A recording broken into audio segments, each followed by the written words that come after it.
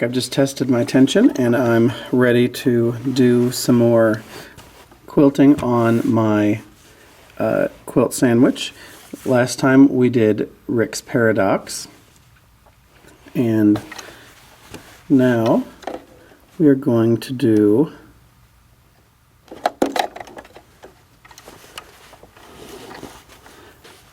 another pattern, and I'm going to start and just make a line so I have a space to work inside of.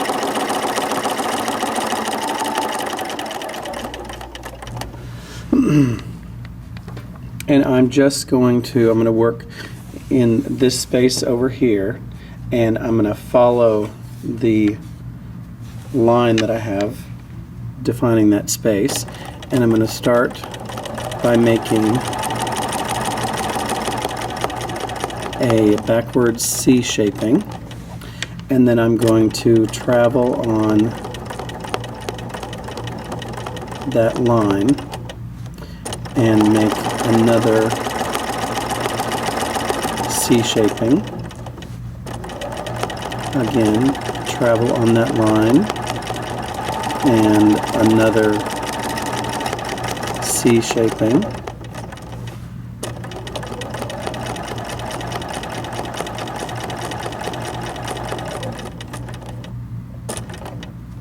Now in traditional Zentangle, we always turn our work. So turning our work this way and continuing. And in quilting, we don't often have things that are small enough that we can actually turn our work. So I'm not going to turn my work, but you're certainly welcome to if you would like to. It's a good thing to do when you're starting to learn.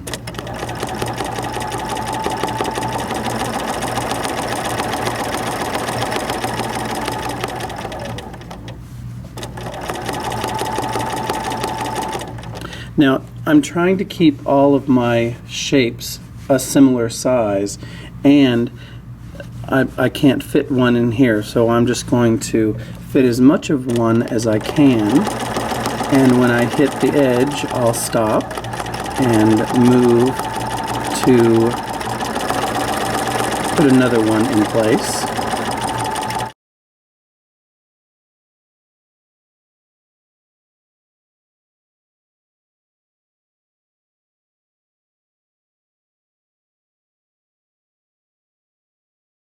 Now I'm going to do an aura, and so basically I'm going to come back to where I started, and I'm going to follow this shape, follow around,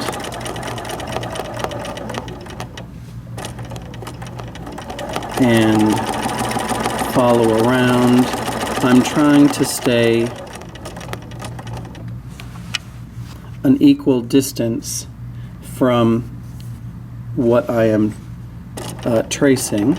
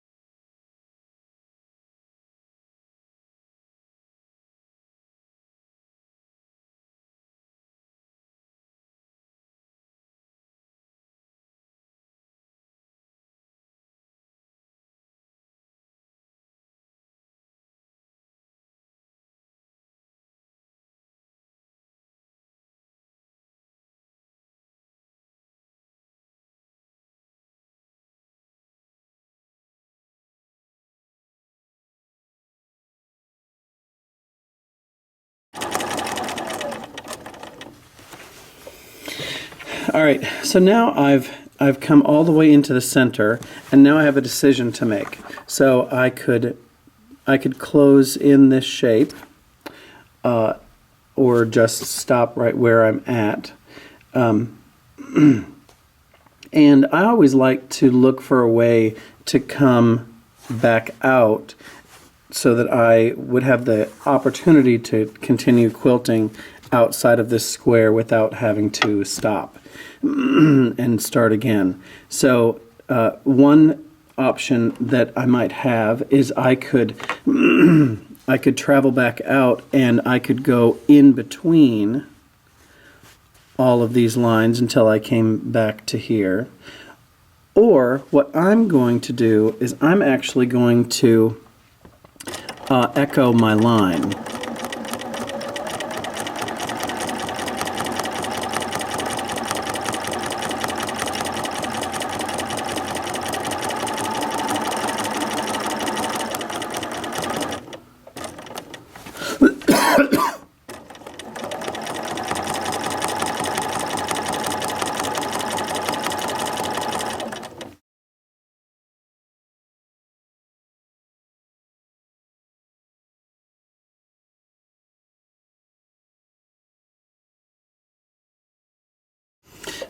Now, you might notice as I'm working, like this space in here is wider and a little less pristine than, say, these pair of lines. I'm really not concerned about that. It looks really noticeable now, but once I get all of it completed and the rest of everything, and you're looking at the whole, you're really not going to notice that. And those kind of variations help to make it look as if it were done by hand and not by machine, like computerized. And I personally like that.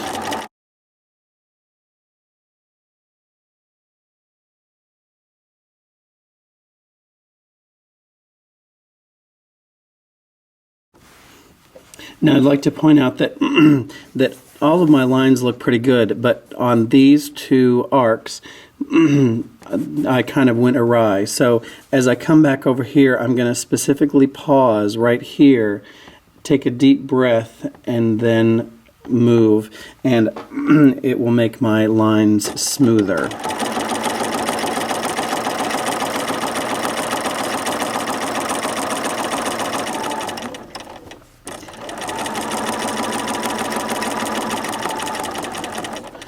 Deep breath.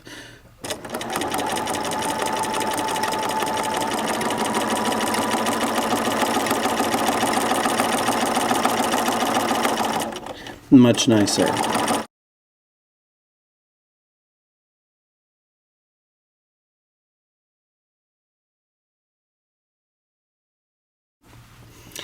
I'd also like to point out right here where my lines converge.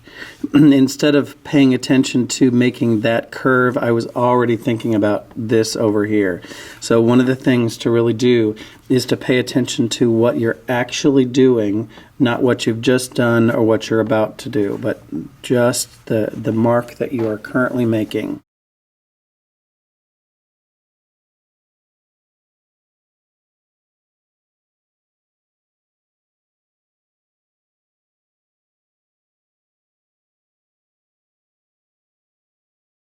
All right, so there is the pattern completed.